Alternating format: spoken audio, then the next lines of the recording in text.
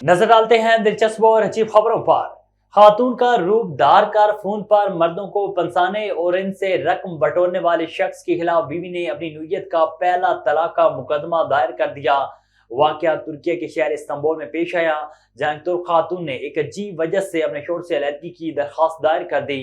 तुर्क खातून की इस अनोखी वजह पर सोशल मीडिया पर सरगर्म सार्फिन ने खातून के साथ इज़हार हमदर्दी किया और इसकी अलहदगी की दरखास्त की तईद की।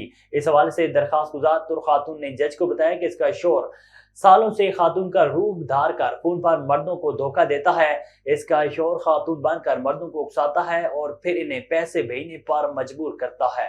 अमेरिका की एक अदालत की खातून जज ने एक मुलजिम के मुकदमे का फैसला सुनाते हुए इसके मतन में मशहूर अदाकार टेलर स्विफ्ट के गाने के बोल इस्तेमाल किए। म्यूजिकल ग्रुप ने एक इंश्योरेंस कंपनी के खिलाफ कोरोना वबाई अमराज के दौरान मशहूर हैवी मेटल बैंड के खोए हुए मुनाफे के पस मंजर में दायर मुकदमा हार दिया, जबकि केस की समाअत करने वाली जज ने टेलर स्विफ्ट के गानों का हवाला दिया है।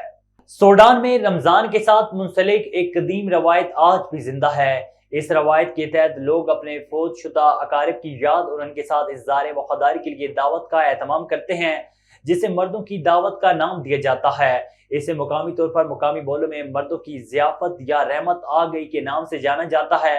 ये दावत अमूमन माह सयाम के आखिरी जुम्मे को की जाती है, जिसे यतीम जुम्मा कहते हैं। सूडानी विरसा के एक मुहक्किक ने अरब मीडिया को बताया कि ऐसी रवायत है जो सूडान में फौत होने वालों की याद में मुनक्किद की जाती है।